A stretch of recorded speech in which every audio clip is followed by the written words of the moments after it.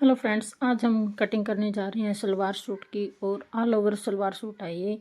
और एक और इसमें डिफरेंस है, ये एक छोटी बच्ची का सलवार सूट है। एक लेडीज़ का जब हम सलवार सूट सिलते हैं और एक छोटी बच्ची का जो जो 14-15 साल तक की होती है उसका सलवार सूट सिलते हैं, उसमें बहुत फ़र्क होता है कटिंग और स्टिचिंग में। तो वो सब डिफरेंस आज इस वीडियो में हम बताएंगे।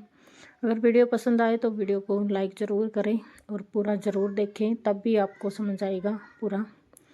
तो सबसे पहले हमने फोल्ड करके कमीज़ के लिए कपड़ा बिछा लिया है।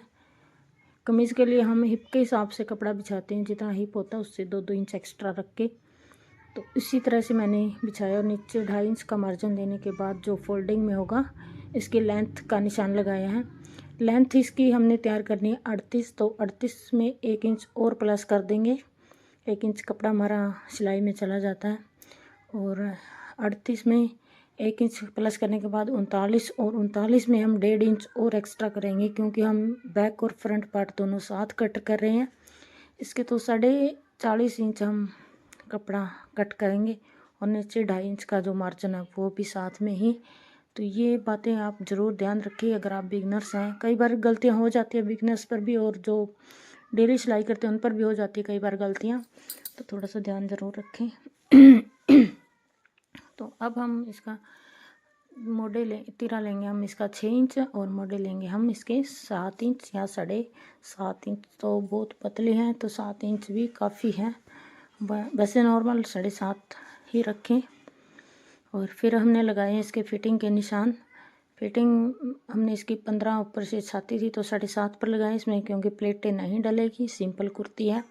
और 13 इंच इसकी है कमर, तो 6.5 कमर का निशान लगाया और हिप का लगाया हमने इसका 16 पे 8 इंच पर।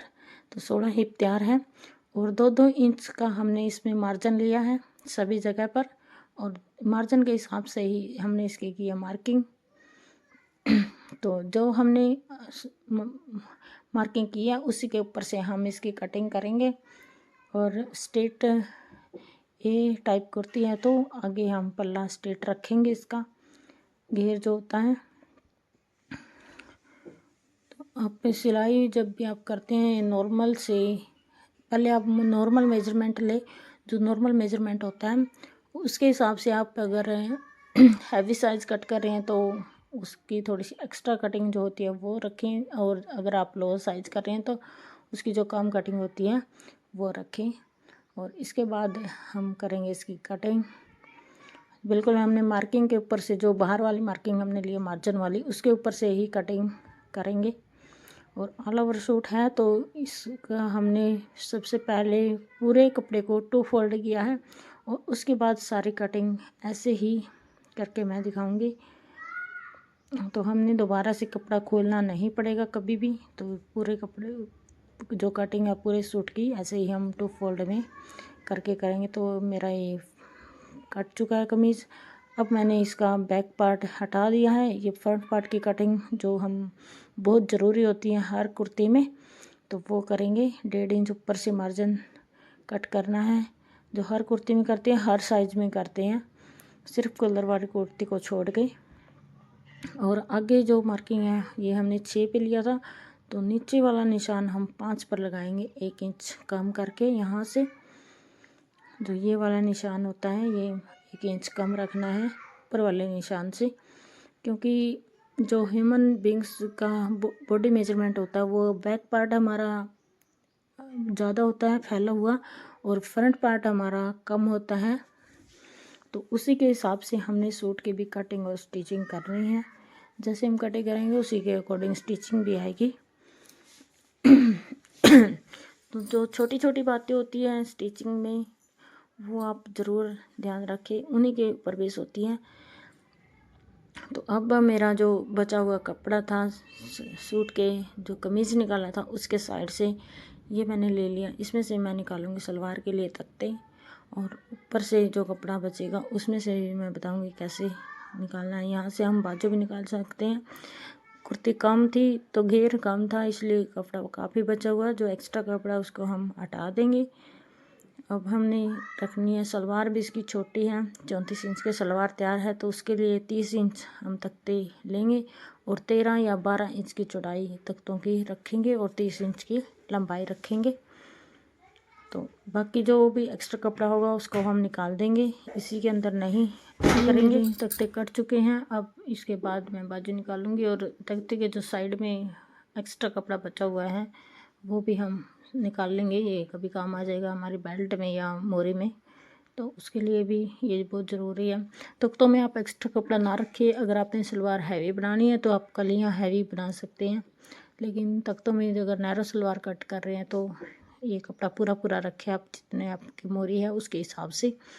तो बाकी अब जो बचा हुआ कपड़ा उसमें से मैं निकालूंगी इसकी बाजू।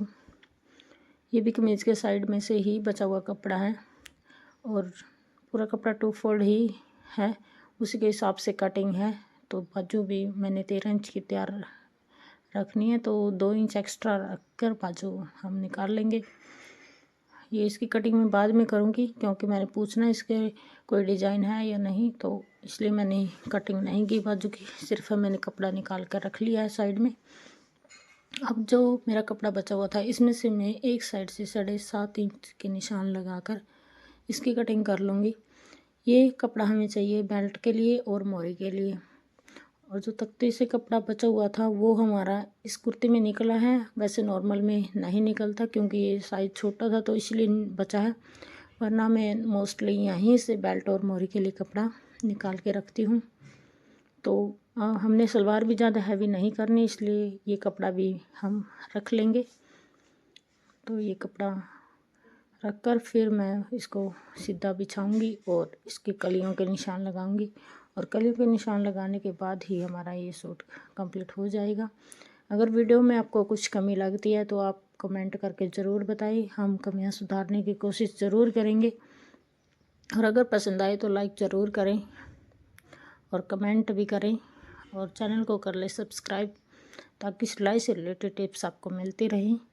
अब मैं कलियाँ निकाल दूँगी इसकी। मैंने आसन इसका ऊपर से ही लिया क्योंकि कपड़ा काफ़ी बचा हुआ था, और उसके बाद भी थोड़ा सा कपड़ा बचा हुआ तो वो एक्स्ट्रा हम उतार लेंगे। और ये हो गई हमारी वीडियो कंप्लीट। तो ज़रूर बताना अगर कुछ समझ में ना आया तो दोस्तों कमेंट करके। तो आगे भी हम वीडियो बनाएंगे इसी टॉपिक पे, और इससे अच्छा बनाने की कोशिश करेंगे ताकि ऑडियंस को समझ में आ जाए। मेरे सूट की कंप्लीट कटिंग हो चुकी है, और कभी भी मैंने स्टार्टिंग में ही 2 फोल्ड किया था और उसी से मैंने सारा कपड़ा से कटिंग की है, देखिए।